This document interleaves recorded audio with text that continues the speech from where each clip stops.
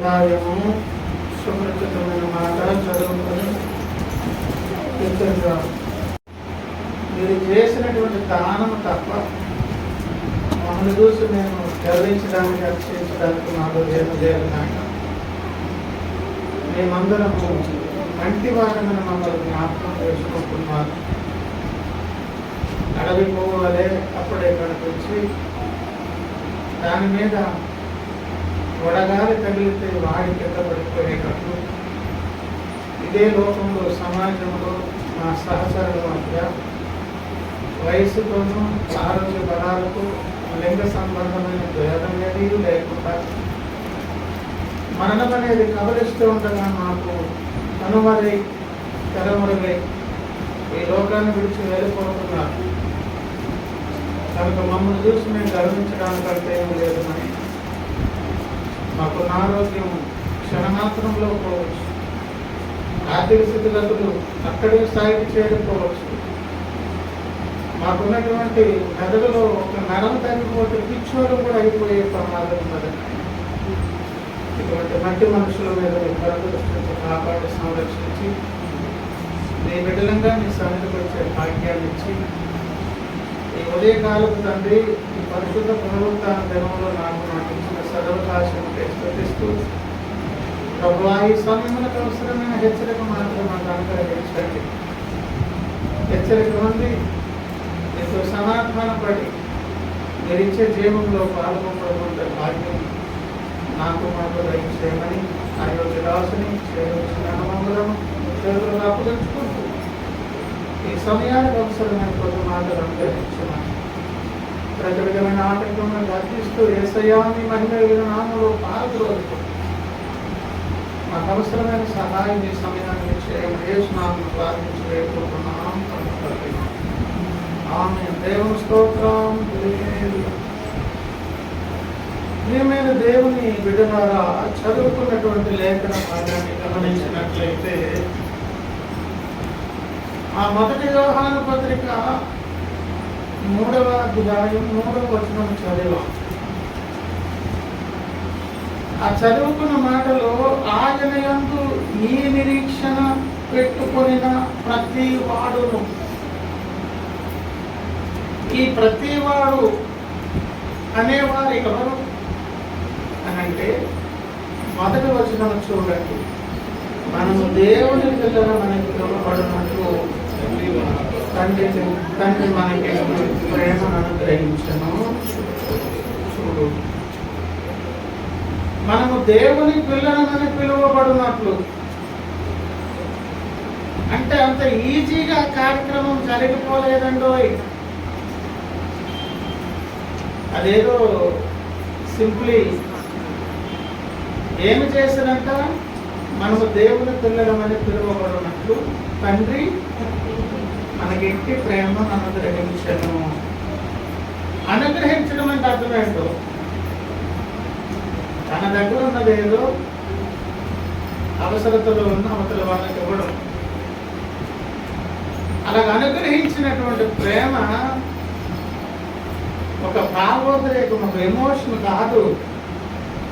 అది యోహాను సువార్త 3:16లో చేశారు. దేవుడు లోకమునెంతో ప్రేమించి ఆయనకున్న ఒక్కగానే అద్వితీయ కుమారుడైన యేసునాథుని ఈ లోకానికి ఇచ్చేశాడు. అనుగ్రహించడం అంటే వెనక్కి తిరిగి తీసుకోకుండా ఇచ్చేయడం. వెనక్కి తిరిగి తీసుకోకుండా ఇచ్చేస్తున్నారంటే ఆ ఇచ్చినటువంటి వెలతో, అది వస్తువు అయితే వస్తువుతో, వ్యక్తి అయితే వ్యక్తితో ఏమండి ఆ ప్రేమను చూపించి ఆ తండ్రి దానిని నష్టపోయారన్నమాట. అలా ఎవరిని నష్టపోయారంటే ఒక వస్తువును, ఒక ధనాన్ని, ఇంకేదో ఉన్న ఒక్కగానో కొడుకుని ఇచ్చేశారు. అనుగ్రహించడం అంటే ఇచ్చేశారు, ఇంకంతే. అలాగే ఇవ్వడం కొరకు ప్రియులారా అసలు ఎవరు సాహసించడానికి వీలు పడరు. పిచ్చుకోకలు ఉంటాయి. కుక్కల పిచ్చివి చాలా పిచ్చి పిచ్చివి ఉంటాయి. ఏమండి, పిచ్చి కుక్క ఉన్న లక్షణం ఏంటో తెలుసా? అది సొంగలగా కాచుకుంటూ ఎక్కువ అది లీక్ అవుతుంది. ఏ కుక్కకైనా అది ఖరాబ్ అవ్వదు. బాగా లూజ్గా పడుతుంది. ర్యాబిస్ వస్తుంది అనిపించిన ప్రతిదాన్ని కొట్టేస్తుంది. పశువు కలిస్తే పశువుని కొట్టేస్తుంది. మనిషిని మనం వెళ్ళక్కర్లేదు, అదే మన దగ్గర వస్తుంది. దానికి పిచ్చి కుక్కలకు ఉన్న లక్షణం అంటే కుక్క పేరు ఏం కుక్క అంటే పిచ్చిగానే ప్రవర్తిస్తుంది. పిచ్చిగా ప్రవర్తిస్తే కనుక పిచ్చి పనులు చేస్తారు, ఎక్స్పెక్ట్ చేయని పనులు చేస్తారు. అలాంటి పిచ్చి కుక్కలు మనకు చక్కని బాధుడిని శుభ్రంగా తయారు చేసి స్నానం చేసి పౌడర్ పోసి పిల్లవాడిని అక్కడ వదిలేసి పర్లేదు, నీళ్ళు వెళ్ళిపోతామా? ఈ లోకానికి తన కుమారుని ఇచ్చేటప్పటికి ఈ లోకం పిచ్చోళ్ళు ఎక్కువ ఉన్నది, చెడిపోయి పతనమైపోయి నాశనం అయిపోయి అస్త్రవంకరలతో వికారంగా మారిపోయి లోకం అంటే ఆ ఒక్కగానే ఒక అమూల్యమైన కుమారుని ఇచ్చేసిన తండ్రి ఇచ్చేసే ముందు ఇంకో పని కూడా చేశారు. ఇలా ఇచ్చేస్తున్నాను కొడుకా అని అంటే సరే నాన్న అని ఆయన కూడా ఇష్టపడి అంటే అక్కడ సమాన స్థాయి కలిగిన దేవుడిలో సగం, ఆ దేవుడిలో భాగం కదా ఆయన. నేను వెళ్ళను అని ఆయన అంటే పంపించే అధికారం కూడా ఎవరు లేదు. ఇష్టపూర్వకంగా వేసేవారు ఇష్టపడ్డారు. అలాగా నీకు ఇష్టమేనా కుమారదేవుడా నీకు ఇష్టమా? తండ్రి అయిన దేవుడా నాకు ఇష్టమే. అయితే పని చేయాలి, మీ దైవత్వాన్ని వదిలేయండి, మీ యొక్క ఏమండి సర్వశక్తిమత్వాన్ని వదిలేయండి, మీ యొక్క ఏమండి విశ్వవ్యాపకత్వాన్ని, దైవత్వాన్ని వదిలేసి విశ్వవ్యాపకత్వాన్ని వదిలేసి సర్వజ్ఞతను సర్వజ్ఞానాన్ని సమస్తను వదిలేసి ఖాళీగా 53వ అధ్యాయం కన్నా ఎండిన భూములు లేక మొక్క ఎండిపోయిన భూములు వచ్చి లేక మొక్క మొలుస్తుంది పచ్చగా మెత్తగా దాన్ని వెనక్కి విరిగిపడ్డాడు. భూమి ఎలా ఉంది? ఈ లోకం అలా ఉంటే అందులోనికి తండ్రి అయిన దేవుడు చెప్తే అన్ని వదిలేసి వ్యక్తుడుగా ఈ లోకానికి వచ్చేస్తున్నాడు. అందుకన్నా మంచిగా స్నానం చేయించి ఆ పిల్లోడికి పౌడర్ పూసి ముద్దొచ్చే పిల్లోడిని పిచ్చుకొక్కలు మంచిగా వదిలేసినాడు. అలాగే తండ్రి మనకి ఎట్టి ప్రేమను చూపానంటే తన కుమారుని ఒక్కగానొక్క కొడుకు ఇచ్చేస్తే మనకు ఒక భాగ్యం కలిగిందేమని దేవుని పిల్లలమని అధికారము హోదా మనకు కలిగి దేవుని స్తోత్రం. కనుక మనం ఎవరము దేవుని ఆ మాట అన్నారు మూడు. ఆయన యొక్క ఈ నిరీక్షణ పెట్టుకున్న ప్రతివాడంటే ఈ ప్రతివాడు ఎవరెప్పుడు ఎవరైతే దేవుని పిల్లలయ్యారో ఈ అధికారాన్ని హోదాన్ని కలిగి ఉన్నారో వారే దేవుని అని చెబుతూ వారికి ఒక నిరీక్షణ ఉన్నది. ఈ నిరీక్షణ ఏమి నిరీక్షణ అంటే 2వ వచనంలో చెప్పారు, ప్రియులారా ఇప్పుడు మనము దేవుని పిల్లలమై ఎందుకున్నాం, ఎలాగున్నాం, ఎప్పుడున్నాం, ఏ కారణాన్ని బట్టున్నాం, దాని కొరకు ప్రయాస ఎవరు పడ్డారు, మన పాత్ర అంతా తెలుసుకున్నా. ఇప్పుడు మనం ఉన్నదంతా ఉచితమైన దేవుని కృప, అందులో మనది ఏం లేదండి. సువార్త చేత సంధించబడ్డాం, దైవజనులు తీసుకెళ్ళారు దేవుని ప్రతినిధిగా, బాప్తిస్మ పనులు బాప్తిస్మ తీసుకొచ్చారు. నాకు కష్టమేమీ లేదు, తడిసిపోయాను, బట్టలు ఎప్పేసి పొడి బట్టలు వేసుకొని వచ్చాను. నేను కష్టపడింది ఏమీ లేదు. కాబట్టి శుభార్త అనుకోవడం జరిగింది. నా గురించి నాకు అవగాహన, రక్షకుని వచ్చినటువంటి ప్రత్యక్షత, దేవుని వచ్చి తెలుసుకున్నాను. తింటే మనకే మొత్తం ప్రయాసంతో కష్టమంతా పడ్డారు చేస్తున్నాం. కనుక ఈ నిరీక్షణ ఏమిటా నిరీక్షణ అంటే, ఇప్పుడు మనము దేవుని పిల్లలమై ఉన్నాము, మనమిక ఏమవుతామో అది ఇంకా ప్రత్యక్షపరచబడలేదు. ఏం కాబోతున్నాము, ఎక్కడుంటాము, ఎలా ఉంటాము, ఏ అవయవములో చేర్చబడతామో, భవిష్యత్తులో మనం ఏ పాత్ర పోషిస్తామో. ఇక్కడ మాట అండి, మన భక్తి ద్వారా మంచి చదువు, మంచి ఉద్యోగానికి, మంచి సెటిల్మెంట్కు ఎలాగది కారణమవుతుందో, మన భక్తి భవిష్యత్తులో అద్భుతమైన ఏం సెటిల్ అయ్యాడండి అని ఆశ్చర్యపోయే విధంగా మనం భక్తి అనే ప్రాక్టీస్, భక్తి సాధన భూమి చేయాలి. ఏమవుతామో తెలియదు, కానీ ఏమవ్వాలని మనకు నిరీక్షణ ఉన్నది. నిరీక్షణ కల్పించారంటే అక్కడ అన్నారు ఏమని, ఆయన ప్రత్యక్షమైనప్పుడు ఆయన ఉన్నట్లుగానే ఆయనను చూడటం వలన ఆయనను పోలి ఉందము. విశ్వాసులు ఎవరైనా యేసయ్యను పోలి ఉంటారు, కానీ పోలి ఉన్న వారందరూ ఈక్వల్ కాదు. ఒక శరీరంలోని కన్ను తన ప్రాధాన్యత వేరు, చెవులు వాటి తాలూకా పరిస్థితి వేరు, మెదడు, గుండెకాయ, ఏమంటే పాదములు, కాళ్ళు, చేతులు, గోళ్ళు అన్నీ ఈక్వల్ అండి. మనం ఏదో రద్దీగా ఉండేటప్పుడు ఎవరికైనా మనం చేయి తగిలితే పెద్దగా సీరియస్గా తీసుకోవాలి, కాలు తగిలితే ఏదో చాలా ఫీల్ అయిపోతారండి. అనుకోకుండా కాదు కిందకి పైకి కిందకి చూసి ఏదో ఉక్కిరి అయిపోతుంటారు. ఎందుకలాగా ఆ మనిషి చేయి తగిలితే ఏమనుకుంటా, కాలు తగిలితే కోపము అంటే మనిషిలో అప్పుడు దేనికి వాల్యూ తక్కువ.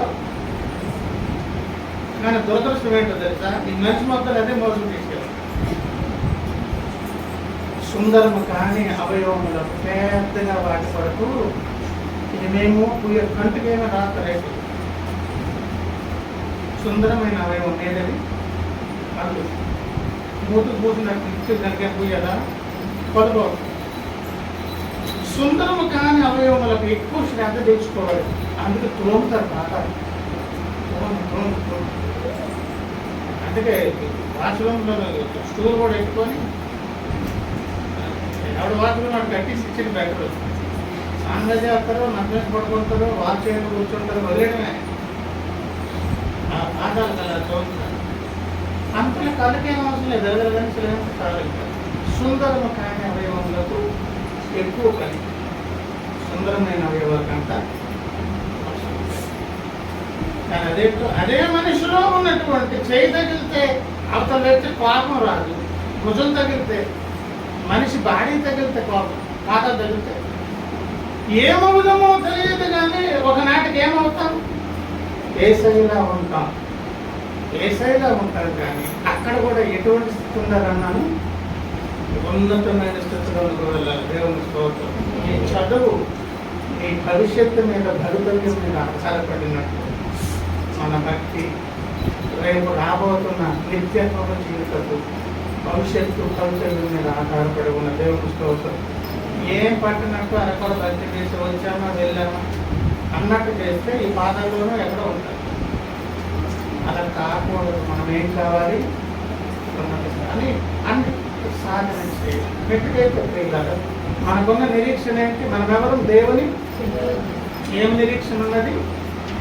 ఆయనను పోలి ఉంటాము. దేవుని స్తోత్రం అని చెప్పి రెండో మాట అన్నారు, ఆయన యందు ఈ నిరీక్షణ పెట్టుకున్న ప్రతి వారును ఆయన పవిత్రుడై ఉన్నట్టుగా తను పవిత్రుడుగా చేసుకున్నాడు.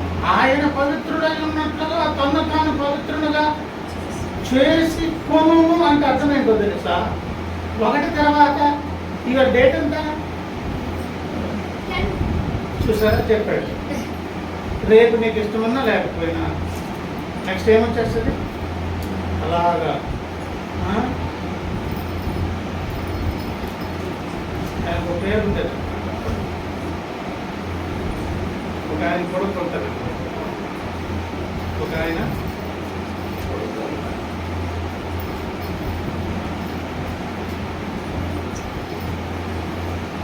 జండిపై వారే కదా రేపు ఆటోమేటిక్గా 11 రేపు ఎట్లా చేస్తాడు. ఈరోజు అస్తమించిన సాయంత్రం అస్తమించిన సూర్యుడు తెల్లారి ఉదయం కాలం అంత తూర్పును ఎలా ఉదయిస్తాడు.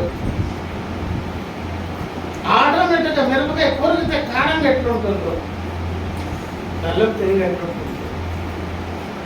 పన్ను పాను దేవుని పిల్లలైన వారు పవిత్రులుగా చేసి కొనును అంటే తప్పనండి, తప్పనిసరి ప్రక్రియ. దానికి కమిట్ అవుతావు అంతే. పిల్లక పట్టుకొని తీసుకెళ్ళి ఎందుకు అంత కమిట్గా చేయాలి, జరగాలి ఎందుకో తెలుసా? తప్పకుండా అది ఎందుకు జరగాలి తెలుసా? నెక్స్ట్ హెచ్చరిక ఉన్నది 4. పాపము చేయు ప్రతి వాడును ఆజ్ఞ అతిక్రమము పాపము నుంచి విడిపించి పాపపు ప్రభుత్వం నుంచి బయటపడి పరిశుద్ధులుగా దేవుని పిల్లలుగా గుర్తింపు పొంది పవిత్రులుగా మనల్ని మనం చేసుకోకపోతే మన ద్వారా ఇష్టమున్నా లేకపోయినా జరిగేది ఏంటో తెలుసా? జరిగితే అప్పుడేమవుతుంది? ఆజ్ఞను అతిక్రమిస్తే ఏమవుతాం? పాపులము. అప్పుడు పాపం వల్ల వచ్చే జీతము అనే ప్రమాదం ఉన్నది కనుక చచ్చినట్లు నువ్వు చేసుకుంటావు. ఇంకంతే. ఏం చేసుకుంటావు? తను తాను ప్రతి వారు పవిత్రులంగా చేసి కొనును అంటే అటువంటి జరగా తీరాల్సినటువంటి అనుభవము ప్రతి వ్యక్తి లోపల. అంటే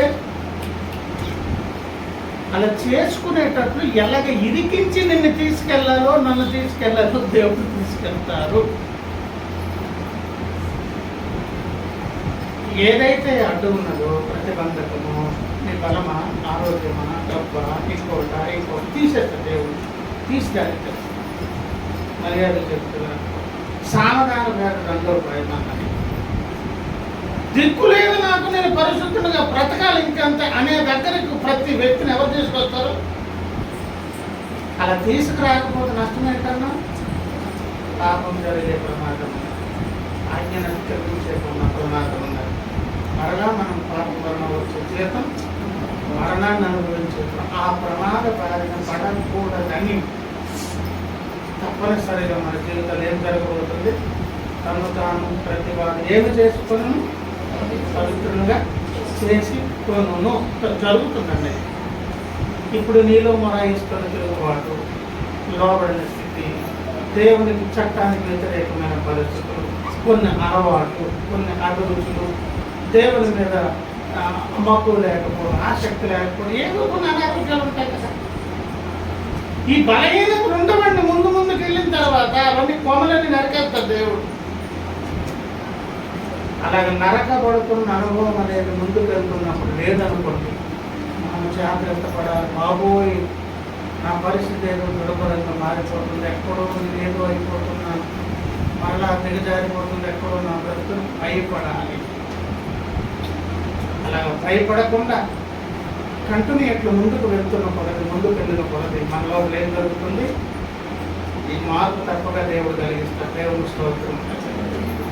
ఇదంతా ఎదురు సాధించారంటే తప్పకుండా మన లోపల జరగవలసిన కార్యం ఏంటి? మనకి ఈ నిరీక్షణ ఉన్నది. ఆ యేసయ్య స్వరూప సౌందర్యం మనం అందిపుచ్చుకోవాలి. ఆ స్థాయికి మనం వెళ్ళాలి అనంటే తప్పకుండా మనం ఏం చేయాలంట? మనలను మనము పవిత్రపరచుకోవడం కొరకు సాధనం ఏంటో తెలుసా? ఏ సాధనంతో పవిత్రీకరణ జరుగుతుంది అంటే ఎన్నో చెప్పొచ్చు. ఎన్ని సాధనాలు ఉన్నా ఆ సాధనాలకు యేసు రక్తం కడుగుతుంది, లేకపోతే ఇంకా ఎన్నెన్నో చెప్పొచ్చు అండి. ఆ సాధనాలకన్నిటికీ మూలం ఏంటో తెలుసా? ఏమండి? 2వ కొరింథీ పత్రిక 7వ అధ్యాయం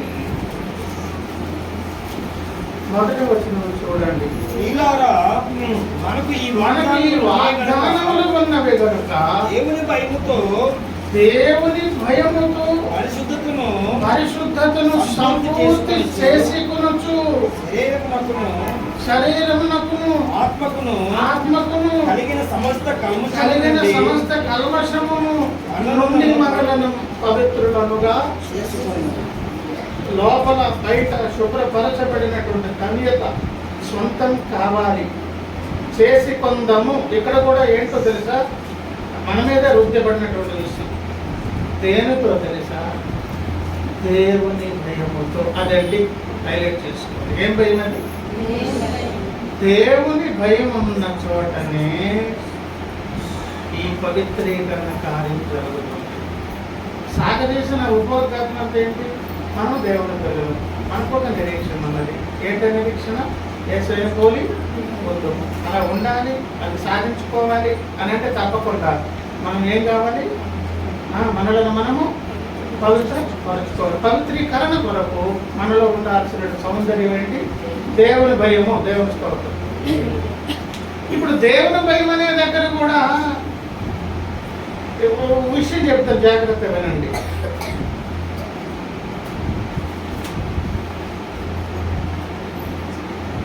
భయపెట్టే పరిస్థితి మాత్రమే ఉంటే అది ఒక బానిస బ్రతుకులాగా మారిపోతుంది.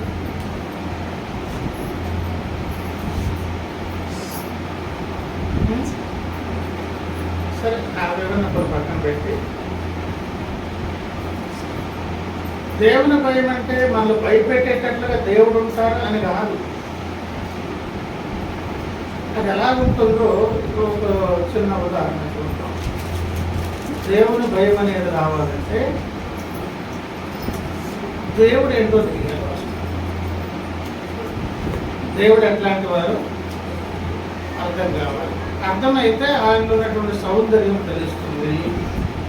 అప్పుడు కలుగుతున్న భయం ఏంటో తెలుసా, మనల్ని భక్తులుగా తీర్చిదిద్ది మెట్టెక్కించేటటువంటి భయం. ఎగ్జాంపుల్, యెషయా గ్రంథం 6వ అధ్యాయము 1వ వచనం నుంచి చూస్తే, రాజైన ఉజ్జియా మృతి నొందిన సంవత్సరమున అత్యున్నతమైన సింహాసనమందు ప్రభు ఆశీనులై ఉండగా చూచితిని.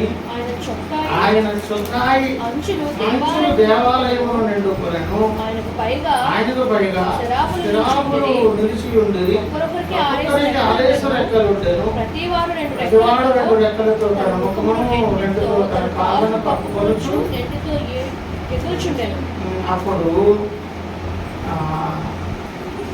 అప్పుడు అంటున్నాడు ఆయన, 5 చదువుతాను. అయ్యో, నేను అపవిత్రమైన పెదవుల గలవాడను, అపవిత్రమైన పెదవులు గల జనుల మధ్యను నివసించువాడను. నేను నశించి తిని రాజును సైన్యములు కలిగిన యెహోవాను నేను కన్నులారా చూచితున్నాను. యెషయా గారికి ఏం కలిగింది? దైవ దర్శనం కలిగింది. కలిగితే ఏమర్థమైందంట? అయ్యో, నేను నశించి తిని రాజును చూశాను, సైన్యములు కలిగిన యెహోవాను చూశాను అని చెబుతూ ఏమంటున్నారు? నేను అపవిత్రమైన పెదవుల గలవాడు, నేను అపవిత్రుడను అంటున్నాడంటే కనిపించే దేవుడు ఎట్లున్నారు? పరిశుద్ధుడైన పవిత్రుడైన దేవదర్శనము కలగగానే అంతవరకు తనలో ఉన్నటువంటి గొప్పతనాలని పక్కకు పోయాయండి, గర్వాలన్నీ పక్కకు పోయాయండి. అది వరకు ప్రవక్త జీవితం లేవన్నదో చెప్పన. 1వ అధ్యాయంలోనేమో ఇశ్రాయేలు జనాంగముల గురించి సందేశం పంపబడింది. నేను ఎగ్జామ్షన్ అనుకున్నాడు ఆయన, నేను వేరు వీళ్ళు వేరు అనుకున్నాడు. పాపిష్టి జనమ, దోషబద్ధమైన జనులారా, చెరుపు చేయి పిల్లలారా, ఇవన్నీ కూడా 1వ అధ్యాయంలో ఉంటాయి. అవన్నీ ప్రకటిస్తున్నప్పుడు ప్రవక్త వాళ్ళే నేను కాదు అని 6వ అధ్యాయంలో దర్శనమిచ్చి నేను కూడా అక్కడే ఉన్నాను అంటున్నాడు. ఇప్పుడు యెషయాకి కలిగింది భయమా కాదా? నేను చెప్పండి. ఇదేం భయము? భక్తులుగా చేసే దాని కొరకు దేవుడు కలిగించిన భయం. ఆ భయం కలిగించే దాని కొరకు దేవుడు తన దర్శనాన్ని ఇవ్వగానే భక్తుల లోపల ఏం కనిపించింది? మనలో ఉన్న అపవిత్రత కనుక కనిపించింది. ఎవరిని చూసినప్పుడు అప్పుడు దేవుడు పరిశుద్ధ అంటే యెహోవా యందైన భయమనగా ఆయన పవిత్రత ముందుకు, పరిశుద్ధత ముందుకు మనం వెళ్ళేటప్పుడు మనలో ఉన్న అసహ్యత అంతా తెలిసిపోతుంది. అప్పుడు ధైర్యం రాదు. ఏమొస్తుంది? భయం వస్తుంది. అదేమి భయం చెప్పండి? మనల్ని మనం బాగు చేసుకునే మనల గురించి మనం దుఃఖపడి ఏడ్చి అయ్యో అని ఆర్తనాదం చేసేదాన్ని కూడా ప్రభువునకు ప్రియులారా. అందుకన్నాను దేవుడు భయం అనేది మనకు తెలియాలంటే అంతకుముందు దేవుడు ఎవరైనా పరిశుద్ధుడు ఎక్కడ మనకు తెలుసారు. ఇలాంటి అనుభవమే దావీదు గారికి కూడా కలిగిందండి. 139వ కీర్తన అన్ని తెలిసిన వచనాలే. ఒకసారి చూడండి 139వ కీర్తన 6 నేను చదువుతాను చూడండి. ఇటు తెలివి నాకు మించినది, అది అగోచరము, అది నాకు అందదు. ఇటు తెలివి నాకు మించినది అంటే నాకంటే అది ఎక్కువ, అది అగోచరం అంత, అది నాకు గోచరము కాదు, అది నేను అందుకోలేను. ఎందుకు అదేం తెలియదు తెలుసా? దేవుని తాలూకా జ్ఞానం గురించి మాట్లాడు. ఏంట జ్ఞానము అంటే దేవుడు జ్ఞానంతో ఎన్నెన్నో చేసి ఉండొచ్చు, ఎన్నో కార్యాలు జరిగి ఉండాల్సి ఉండినవి ఉన్నాయి, చేస్తారు. కానీ ప్రాముఖ్యంగా భక్తుడు అక్కడ అంటున్నారు మొదటి వచనం నుంచి, యెహోవా నీవు నన్ను పరిశోధించి తెలుసుకుని నేను కూర్చుంటే నేను లేచు నీకు తెలియదు, నాకు తలంపు పుట్టకమునపై నీవు నా మనస్సును గ్రహించుకున్నావు, నా నడకను నా పడకను నీవు పరిశీలన చేసుకున్నావు, నా చర్యలన్నిటినీ నీవు బాగుగా తెలుసుకున్నాను. యెహోవా మాట నా నాలుకకు రాకమునపై అది నీకు పూర్తిగా వెనుకను ముందును నీవు నన్ను అంటే ప్రియులారా ఇక్కడ ఏం చెప్తున్నారు దావీదు గారు? నన్ను నేను కప్పుకొని మీకు తెలియకుండా బ్రతికే అవకాశం నాకెక్కడ ఉన్నది? ఇక్కడ దావీదు గారు కనిపించిన దేవుడు ఎవరు? నా గుట్టు మొత్తమును ఆ దేవుడికి తెలుసు. అన్ని ఎరిగి ఉన్న దేవుని ముందు నేనున్నాను. ఇప్పుడు నా లోపలేమో ఇంత లోపాలు కలిగినప్పుడు అప్పుడు ధైర్యం ఉంటుంది, భయం ఉంటుంది. పవిత్రీకరణ కొరకు ఏమవసరము? దేవుని భయం. దేవుని భయం అనేది మనకు కలగాలంటే దేవుడు ఎవరో తెలియాలి. అలా తెలియజేసుకున్నప్పుడు యెషయా భయపడ్డాడు. అలా తెలియజేసుకున్నప్పుడు దావీదుకు భయం కలిగింది.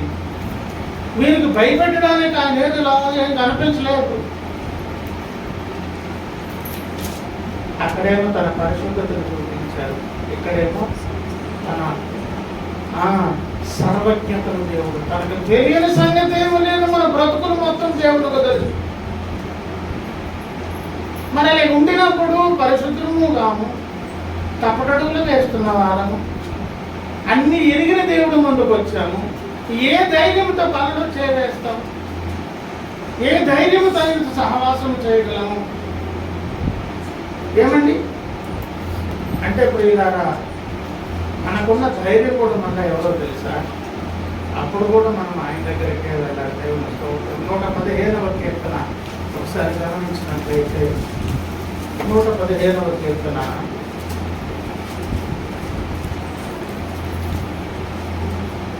10వ వచనం నుంచి లేకపోతే 9 చూద్దామా? ఇశ్రాయేలీయులారా యెహోవాను నమ్ముకొనుడి, ఆయన వారికి సహాయము, వారికి నీడము. అహరోను వంశస్థులారా యెహోవాను నమ్ముకొనుడి, ఆయన వారికి సహాయము, వారికి కేడము. యెహోవా యందు భయభక్తులు గలవారులారా యెహోవా యందు నమ్మిక ఉంచుడి, ఆయనకు వారికి సహాయము, వారికి కేడము. అంటే ఇక్కడ వివరిస్తున్నారు. మొదటేమో ఇశ్రాయేలీయులు అన్నారు, అహరోను వంశస్థులు అన్నారు. ఏమండి భయభక్తులు గలవారా అని పిలుస్తున్నారు. అంటే ఎన్ని అంచెలు కలిగిన వారు దేవుని ఇంటిలో ఉన్నా మనకు కేడముగా సహాయకరంగా ఎవరు ఉండాలి అంటే ఎక్కడికి వెళ్ళాలి? దేవుని ముందుకే. అంటే దేవుని భయమే మన పవిత్రీకరణ కలిగిస్తుంది కనుక ఆ భయం మనకు కలిగే దాని కొరకు దేవుడు ఎట్లా కనిపిస్తున్నారు? పరిశుద్ధుడుగా, అన్ని ఎరిగిన దేవుడుగా ఆయన ముందుకు వచ్చేటప్పుడు ఇంకా మనకు దిక్కు లేదు, ఆయన మీదే ఆధారపడాలి ఇశ్రాయేలీయులుగా అని చెప్తూ కొన్ని సంగతులు చెప్పారు. అక్కడ చూడండి 12. యెహోవా మమ్మల్ని మర్చిపోలేదు, ఆయన మమ్మల్ని ఆశీర్వదించాడు, ఆయన ఇశ్రాయేలును ఆశీర్వదించాడు, అహరోను వంశస్థులను ఆశీర్వదించు, పిన్నలనైని పెద్దలనైని తన యొక్క భయభక్తులు గలవారిని ఆశీర్వదించునంటే జరిగిపోయినా జరగాల్సిన కార్యం,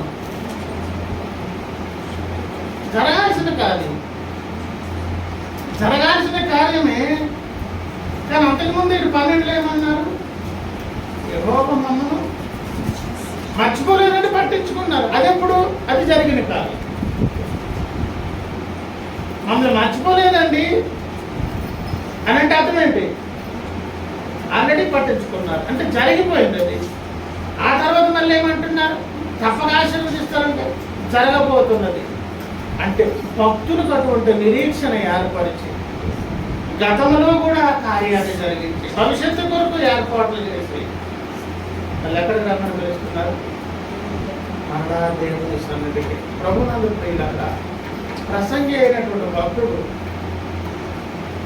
ఆ ప్రసంగం అనేది దేవుని ప్రజలకు చేసి మానవ కోటంతటికి ఒక ఉపదేశం చేసి చెప్పారు. ప్రసంగి గ్రంథం మనకు తెలుసు. ఆఖరి అధ్యాయం 12వ అధ్యాయం 12, 13వ వచనం ఒకసారి. ఇదంతయు వినిన తరువాత ఏలిన ఫలితార్థమిదే.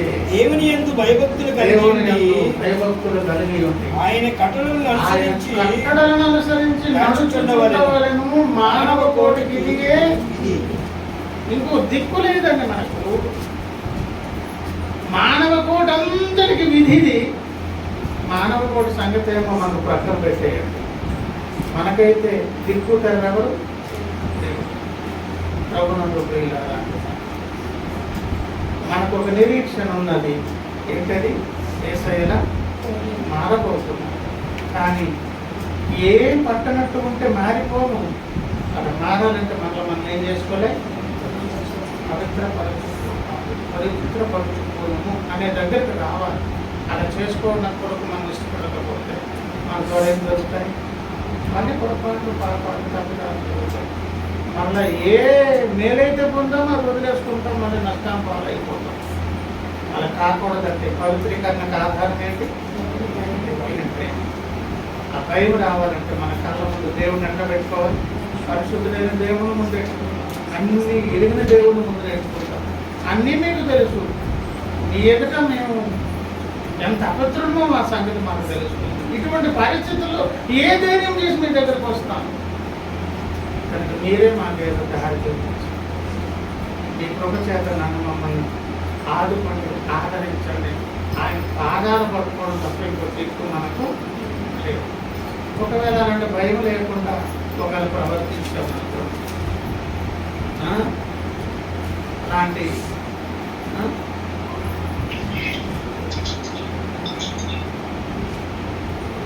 ప్రవర్తించామనుకోండి, ఏం జరుగుతాయి మన ద్వారా? ఆజ్ఞను ఉల్లంఘించేటటువంటి పరిస్థితి ఉంటుంది. అంటే ప్రతినిత్యం మనకు ఒక సమస్య. దానికంతటికి దిక్కు తెరవు దేవుని పాదాలు పట్టుకోవడం. ఎవరినైతే అనుగ్రహించి మనకి ఇచ్చేశారు ఆ యేసయ్య పాదాలు పట్టుకోవడం. ఆయన ఇప్పుడు ఏం చేస్తున్నారు? ఒక మాట ముగించారు. రోమిలకు రాసినటువంటి పత్రిక 8వ అధ్యాయము, రోమా పత్రిక 1వ అధ్యాయం 34 శిక్షలు గురించి వాడేవాడు చనిపోయిన. అంతేకాదు మృతులలో నుండి లేచిన వాడు, దేవుని కుడి పార్శ్వమున ఉన్నవాడు, మనకు విజ్ఞాపనం కూడా, ఆ కూడా అనేది హైలైట్ చేసుకోవాలి.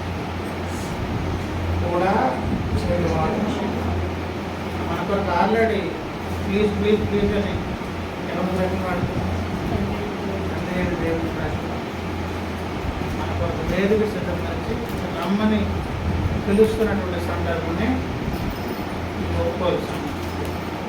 ఎంత మంచి సమయంలో మనం ఏం చేసుకుందాం, పరిశీలించుకుందాం. 115 కీర్తన ప్రకారంగా మర్చిపోలేదు. ఇంతకుముందు ఎన్నో అద్భుతాలు చేశారు, ఇప్పుడు కూడా మర్చిపోరు. అవకాశము ఉన్నది. కాకపోతే మనలో మనం ఎట్లా చూసుకోవాలంట, ఆఖరి మాట. అప్పుడు ఆయన అయ్యో నేను అపవిత్రమైన బదువులు గలవాడనంటే వదిలేశారా? దేవుడు ఒక ఆజ్ఞ జారీ చేశారు. ఆ మాట చదువుతాం రండి ఒకసారి. యెషయా ప్రవక్త గ్రంథం 6వ అధ్యాయం 6వ వచనం. అప్పుడు శరాపురంలో ఉన్నప్పుడు తన బలిపీఠము నుండి కారుతో తీసిన నిప్పును చేత పట్టుకొని నా యొద్దకు ఎదురు వచ్చి నా నోటికి దాన్ని ఇది నీ పెదవులకు తగిలిన కనుక నీ పాపమునకు ప్రాయశ్చిత్తమాయెను. నీ దోషము తొలగిపోయేనని, దోషము తొలగిపోయేనని. అంటే ఇప్పుడు దేవుడు ఏం చేశారు? పెదవుల అపవిత్రమన్నా కడిగేశారు, క్రియల అపవిత్రమా కడుగుతారు, చూపు అపవిత్రమా కడుగుతారు. సర్వాంగ స్నానం చేసేదాని కొరకు రెడీగా ఎవరున్నారు? అలా చేసి మళ్ళీ ఏం చేశారు చెప్పనా? కిందకు వచ్చాక ఏమండి 8 అప్పుడు నేను ఎవరి పంపేదను మా నిమిత్తము ఎవడు పోవునని ప్రభువు సెలవీయుగా వీటిని అంతటి నేను చిత్రీకరించున్నాను. నేనున్నాను, నన్ను పంపమనగా ఆయన నీవు పోయి జనుడితో అంటే మళ్ళీ పనికి మళ్ళీ పంపి. అంటే దేవుడు లోపాన్ని చూపించి దాన్ని కడిగి ప్రవర్తపరిచి మరలా నువ్వు చేస్తున్నటువంటి పనిలో నిమగ్నుడుగా చక్కగా చేసేదాని కొరకు అర్హతనిచ్చి ఆయన పనిని ఆయనే జయించుకుంటాడు. దేవుడు స్తోత్రం. మన బాధ తగ్గలేదు, అంతకంతకు ఉన్నత స్థితి. ఆ భాగ్యం ఇవ్వాలంటే ఏం చేయాలి? యెషయా భక్తుని వల్ల మన సంగతి చెప్పుకొని ఆయనతో సమాధానం పడుతున్నాం.